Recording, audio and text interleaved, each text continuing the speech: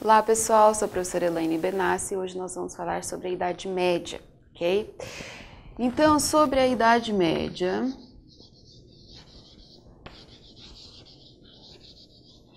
o que é importante nós sabermos? Que a Igreja foi a única instituição que permaneceu organizada. Então, se ela é uma única instituição que permaneceu organizada, ela vai ser patrocinadora da arte. Então, todos os exemplares, tudo envolvido artisticamente, ele vai ser religioso na Idade Média. No finalzinho da Idade Média é que começa a aparecer temas que não são religiosos, ok? Mas aqui, quem é a detentora, né, de toda a criação social, política, artística, é a Igreja Católica, ok? Então, a Igreja, ela pregava o teocentrismo, a ideia de que tudo gira em torno da figura de Deus, ok? Então, nós vamos falar aqui sobre igrejas, estilos de igrejas diferentes. Nós temos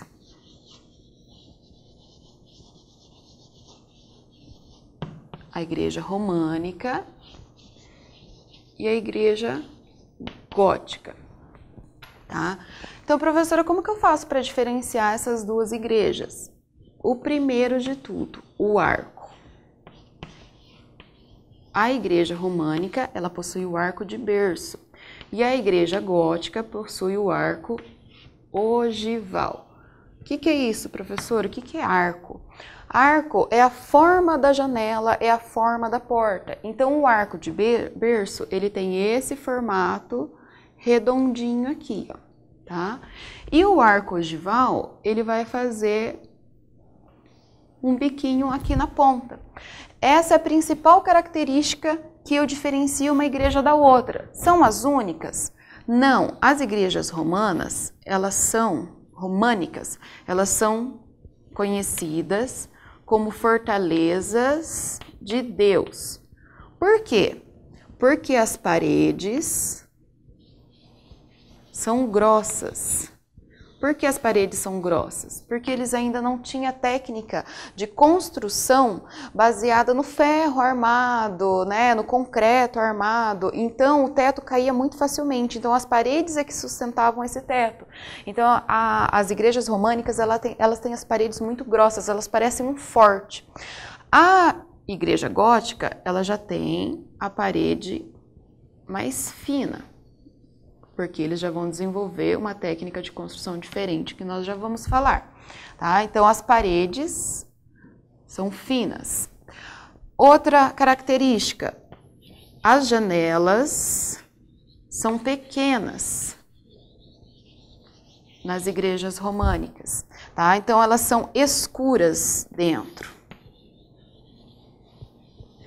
E nas góticas, as janelas são grandes, graças aos vitrais. O que são vitrais? São grandes janelas, janelas muito grandes, que são construídas com ferro e com vidro colorido. O tema desses vitrais eram religiosos. Lembrando que nós estamos falando de uma igreja, então não tinha temas aqui cotidianos, sociais, políticos, então os temas eram religiosos, e esses vitrais, eles serviam para trazer uma espiritualidade para o interior da igreja, e ela ficava iluminada. Tá? Ela ficava iluminada graças a esses vitrais. Esses vitrais também, eles serviam para ajudar a sustentar, já que eles eram feitos, né, de ferro, todo armado e com vidro colorido dentro. O sol batia nesse vidro e ele refletia essa imagem religiosa para o interior da igreja. Por isso que a gente fala que os vitrais, ele traz espiritualidade, um aconchego. Seria como se a pessoa se sentisse no céu, no interior da igreja. Okay? Outra característica da igreja gótica é a rosácea. que é rosácea, professora? Rosácea é uma janela circular, ela parece uma flor, também feita em ferro, uma janela circular, que possui os vidros, tá? Então, ela é uma característica da igreja gótica. A igreja românica, muitas delas têm o formato de cruz, a planta baixa. Tá? Então, seria como se a gente estivesse vendo a catedral de cima, a gente olhasse em formato de cruz grega. A igreja românica, ela é mais pesada, a predominância dela é de linhas horizontais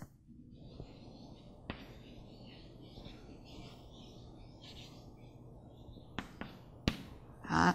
Então, elas são mais compridas, e a igreja gótica, a predominância dela é de linhas verticais. Elas são mais altas, tá?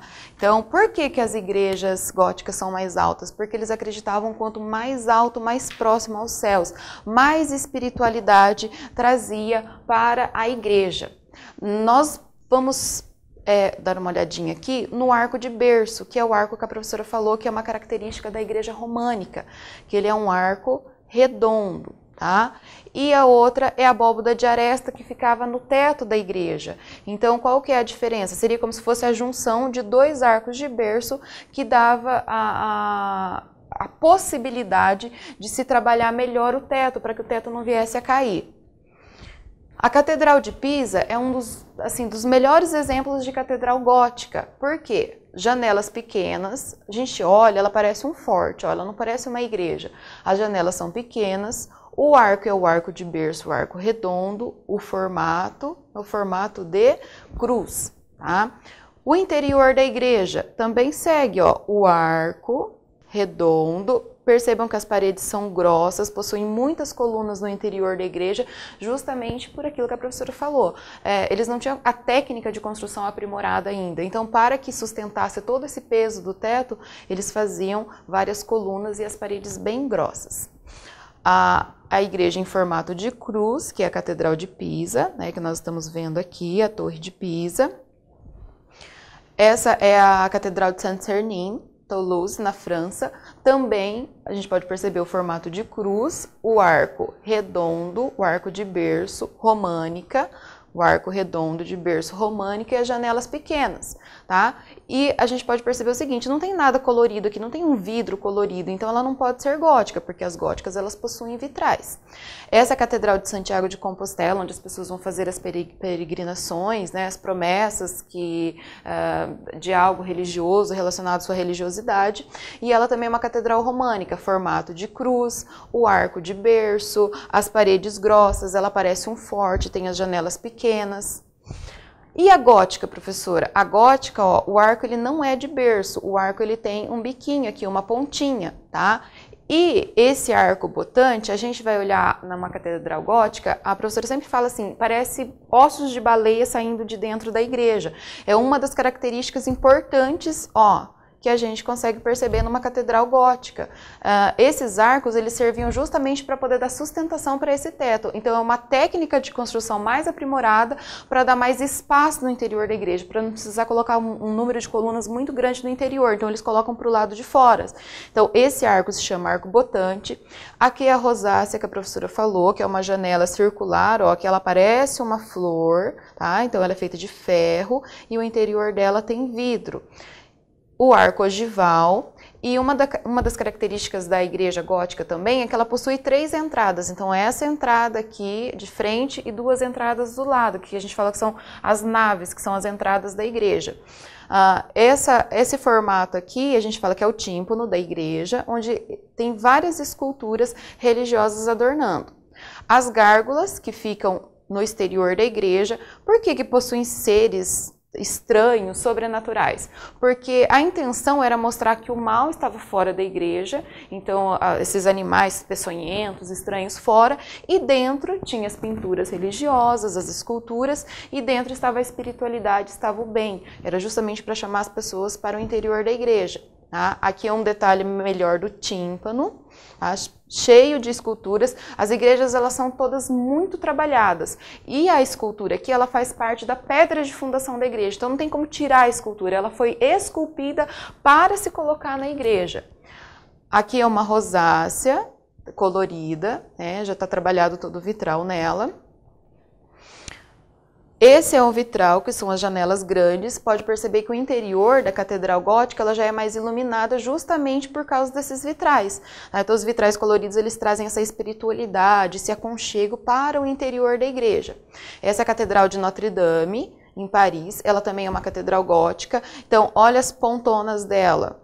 Para cima, vertical, mais alto, verticalmente, próximo ao céu. Catedral gótica. O arco dela, arco ogival, tem a rosácea. Então, essas são as características principais que a gente utiliza para identificar entre uma catedral românica e uma catedral gótica. Essa é a Catedral de Reims, na França, também é uma catedral muito visitada, muito conhecida pela beleza, pelo conjunto escultórico dela, verticalismo, o arco ogival, a rosácea, né, um detalhe intenso. Então, eles trabalhavam muito em cima dessa construção, era muito importante, seria como se fosse um marco da igreja ali. Então, numa conquista, por exemplo, de território, qual que era a primeira coisa que a igreja fazia? Construir. Por quê? Porque seria como se fosse fincar uma bandeira aqui naquele local para instituir o catolicismo. Então, era uma forma de permanecer a religiosidade forte no local. Aqui o interior, né, da catedral, com os vitrais. Os vitrais coloridos, sempre com temas religiosos, trazendo as histórias da Bíblia, as histórias de Cristo.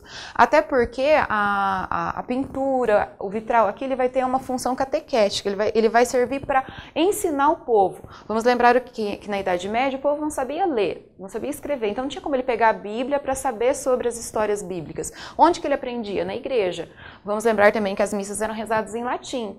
Então, nem todo mundo entendia o latim. A forma dele entender partes da Bíblia era justamente olhando para a arte, olhando a igreja grandiosa, bonita, né? Vai chamar atenção, ele vai entrar e ele vai entrar em contato com os temas religiosos através dos vitrais e através das pinturas. Então, aqui na Idade Média, a igreja ela tem a função de chamar a atenção mesmo do fiel para que ele se converta. Tá?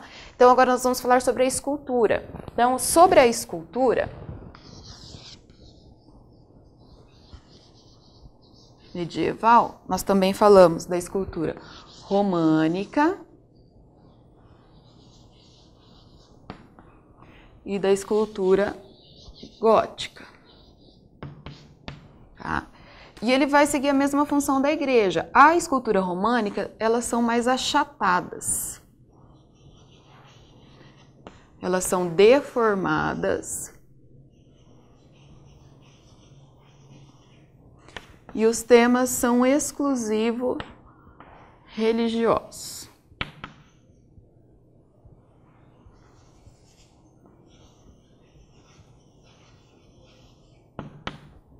Tá? A gente vai poder perceber nas imagens que elas são achatadas, são estranhas, parecem criaturas místicas, sobrenaturais. Por isso que a gente fala que elas são deformadas. E os temas são exclusivamente religiosos. Aqui, na gótica, elas são mais alongadas. Elas são mais realistas. E aqui eles começam a inserir temas cotidianos, como os cavalheiros. Por que os cavalheiros eram importantes? Porque eles conquistavam a terra e ali, junto com essa conquista de terra, entrava a igreja, né, como a professora falou, para fincar um marco, colocar uma bandeira do catolicismo ali. Então, os cavaleiros, eles faziam parte dessa conquista religiosa também, por isso que eles eram representados aqui, tá? Temas cotidianos. Então, elas são mais alongadas, elas são mais realistas e os temas começam mais a puxar para a sociedade, não mais só temas religiosos.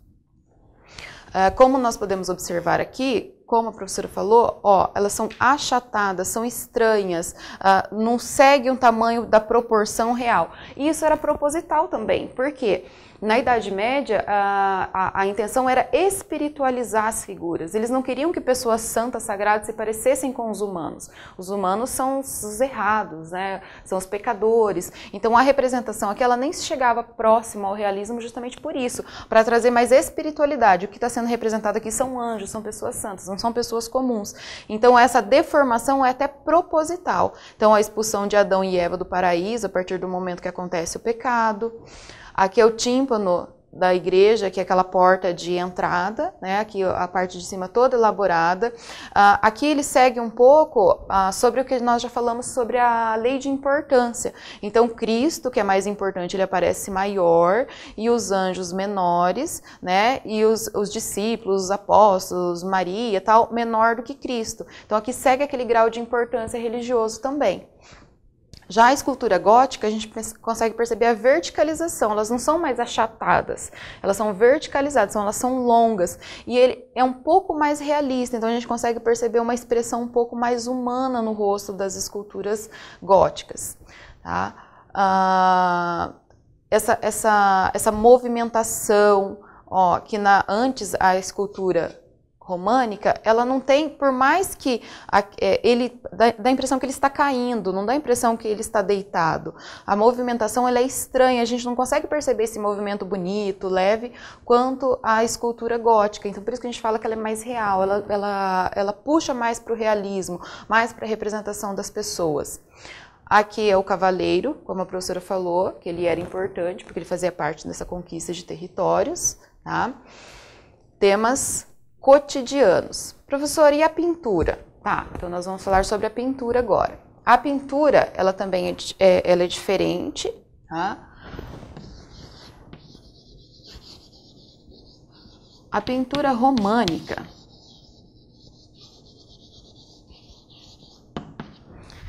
ela é deformada, assim como a escultura.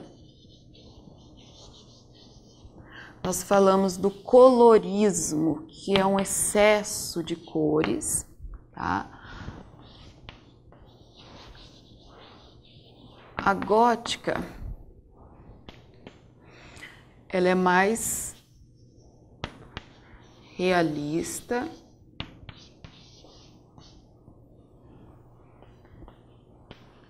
do que a pintura românica. Então, esse colorismo excessivo, a gente fala que são cores chapadas, são cores únicas, né? A gente olha e tem aquele impacto, as figuras deformadas, a proporção, o tamanho da mão, com a proporção do corpo, ele não segue aquela proporção do corpo humano normal. A gente olha para uma pintura, mesmo que seja representação da figura de Cristo, como essa daqui, é uma figura estranha, é uma figura mística.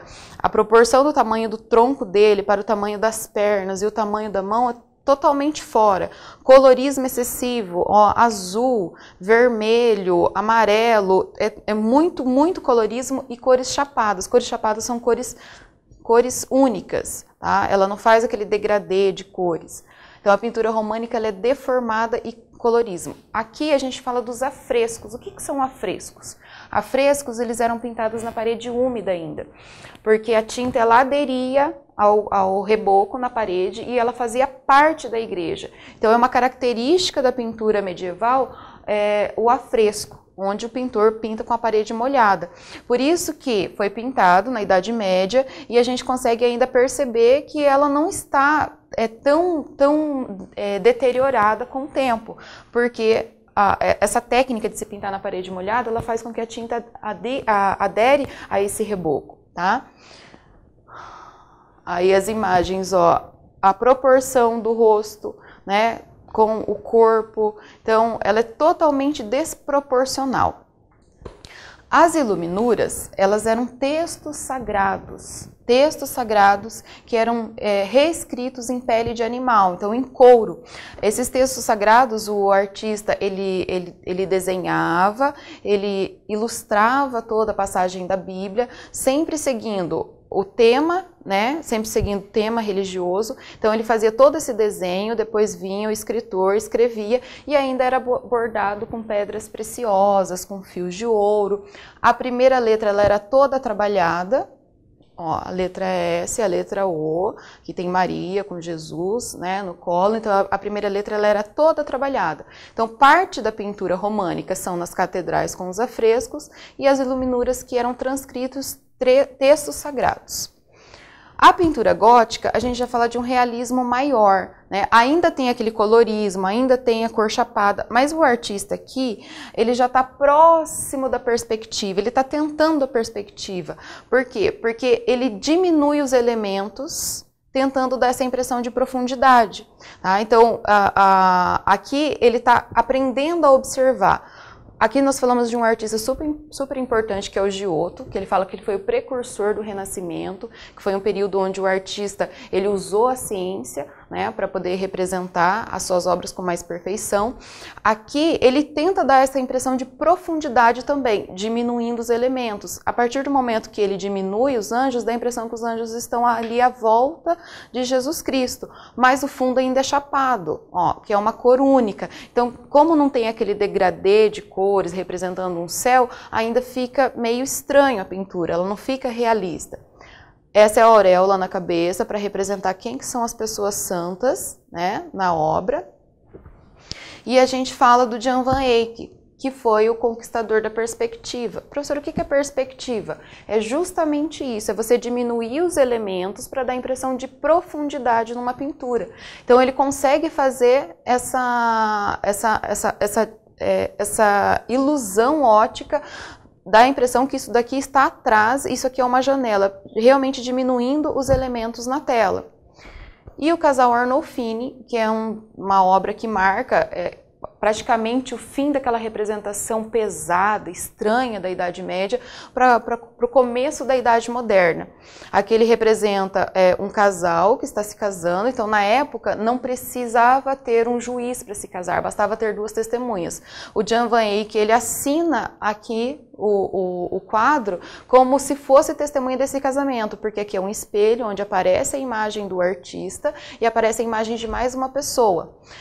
Dizem que esse casal não foi muito feliz porque ela não conseguiu gerar filhos. Então, na época, né, na Idade Média, onde o grande papel da mulher era esse, justamente, né, procriar, ela não teve felicidade no seu casamento. Mas ele coloca aqui alguns elementos. Então, aqui seria como se fosse um calendário, né, o cachorrinho mostrando a fidelidade. O cachorro sempre ele é representado como um símbolo de fidelidade, justamente porque é um casal.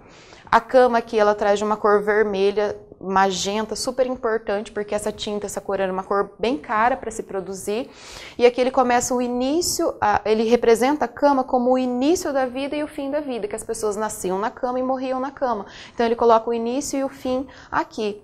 O terço pendurado na parede era que quando o casal, eles se casavam, a mulher recebia o terço para ela nunca se esquecer do papel dela no casamento, dos votos dela no casamento, tá?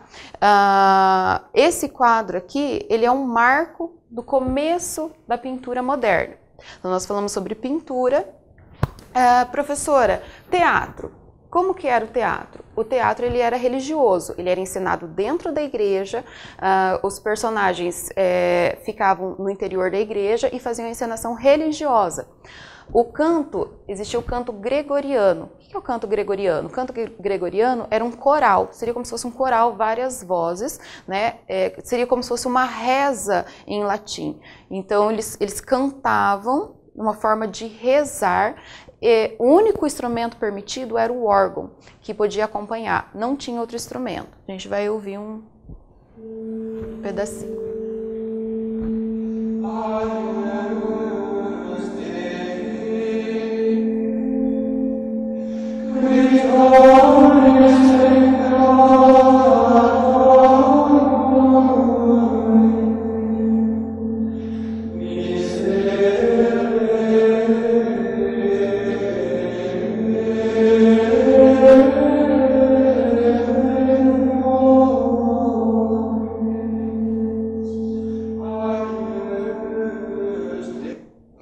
Esse é um salmo, então cantado, né, em latim, justamente de uma passagem bíblica. Então, toda a arte, na Idade Média, ela girava em torno do quê? Da religiosidade. As construções, igrejas importantes, imponentes, as pinturas religiosas no interior da igreja, as esculturas faziam parte da pedra de fundação da igreja, né, para ficarem ali representadas, espiritualizadas. O teatro, ele era religioso. Existia o teatro profano? Sim, lógico que existia. O profano é aquele que não é religioso, mas ele era encenado assim, escondido, porque era extremamente proibido. Existia música profana? Existia, porque existiam outros instrumentos musicais também. Era praticado, mas não na igreja, não à frente de todos. Na igreja era música religiosa, cantada, né, num tom leve, de coral, sempre tentando trazer essa espiritualidade para o interior da igreja. Então, tudo na Idade Média gira o quê? Em torno da religiosidade. Bom, pessoal, essa foi a nossa aula de hoje. Até a próxima.